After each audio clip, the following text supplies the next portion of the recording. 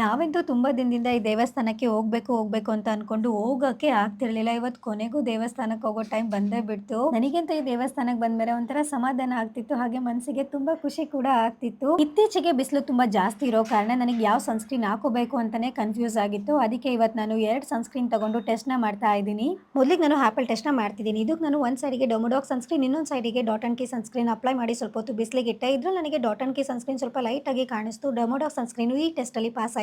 ಈಗ ನಾನು ಸ್ವೆಟ್ ಮತ್ತೆ ವಾಟರ್ ರೆಸಿಸ್ಟೆನ್ಸ್ ಟೆಸ್ಟ್ ನ ಮಾಡ್ತಾ ಇದ್ದೀನಿ. ನಾನು ಈ ಟೆಸ್ಟ್ ಅಲ್ಲಿ ತಗೋತಾ ಇರೋದು ಡರ್ಮೋಡಾಕ್ ಮತ್ತೆ ಡಾಟ್ ಅಂಡ್ ಕಿ ಸನ್‌ಸ್ಕ್ರೀನ್. ಇದ್ರಲ್ಲಿ ನನಗೆ ಡರ್ಮೋಡಾಕ್ ಬೆಸ್ಟ್ ಅಂತ ಅನ್ನಿಸ್ತು. ಯಾಕೆ ಅಂದ್ರೆ ಇದು ವಾಟರ್ ಅಲ್ಲಿ ಡಿಸಾಲ್ವ್ ಆಗಲಿಲ್ಲ. ನಾನೀಗ ನೋ ವೈಟ್ ಕಾಸ್ಟ್ ಟೆಸ್ಟ್ ನ ಮಾಡ್ತಾ ಇದ್ದೀನಿ. ಇದ್ರಲ್ಲಿ ನನಗೆ ಡರ್ಮೋಡಾಕ್ ಸನ್‌ಸ್ಕ್ರೀನ್ ಬೆಸ್ಟ್ ಅಂತ ಅನ್ನಿಸ್ತು. ಯಾಕೆ ಅಂದ್ರೆ ಇದು ನೀಟಾಗಿ ಬ್ಲೆಂಡ್ ಆಯ್ತು. ನೀವೇ ನೋಡಬಹುದು ಎಷ್ಟು ಡಿಫರೆನ್ಸ್ ಕಾಣಿಸ್ತಾ ಇದೆ ಅಂತ. ನನಗೆ ಈ ಟೆಸ್ಟ್ ಅಲ್ಲೆಲ್ಲ ಗೊತ್ತಾಗಿದೆ ಡರ್ಮೋಡಾಕ್ ಸನ್‌ಸ್ಕ್ರೀನ್ ಬೆಸ್ಟ್ ಅಂತ.